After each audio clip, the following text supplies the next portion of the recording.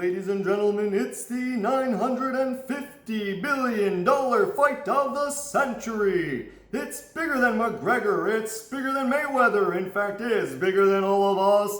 It's the fight for our lives! My name is Milo and I'm with 437 Vapes. I'm sure you've been hearing about all of these vape shops that have been closing down across the United States, and it's very unfortunate. The reason why it's unfortunate is that 20,000 people quit smoking every year in the UK because of vaping. Now, the reason why I'm talking about the UK and not the US is because the UK is one of the only countries in the world that's actually being honest and transparent with their research. Now, I heard a gentleman on Fox, he expressed concern about the spike in youth vaping and how he's worried that these kids are going to move from vaping over to cigarettes. Now, I don't know if he's trying to mislead us or if he just is uninformed. Either way, it couldn't be further from the truth. Now, Public Health England stated that in the UK, research clearly shows that regular use of e-cigarettes among young people who have never smoked before remains negligible at less than 1%, and that youth smoking continues to decline at an encouraging rate. Now, I mentioned this before and I'm going to bring it up again, that 20,000 people are quitting smoking every year because of vaping. So there is no evidence that supports the concern that e-cigarettes are a route into smoking from vaping.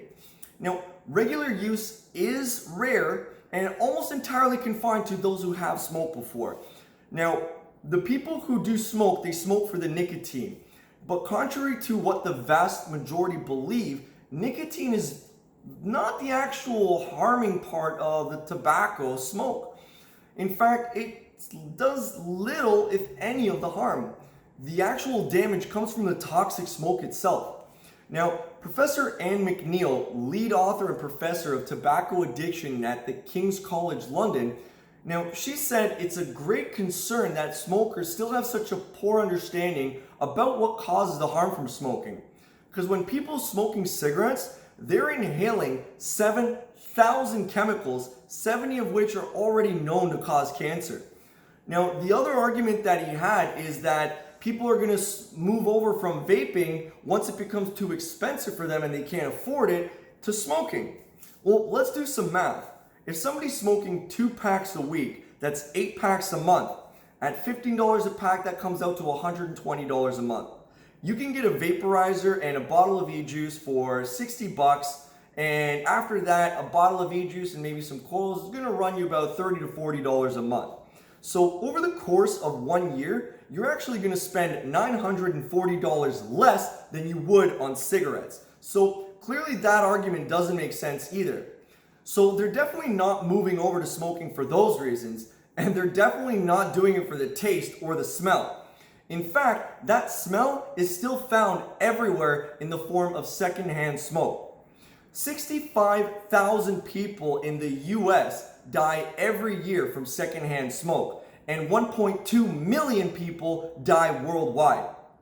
In the US, 2,500 children under the age of 18 will try a cigarette for their first time.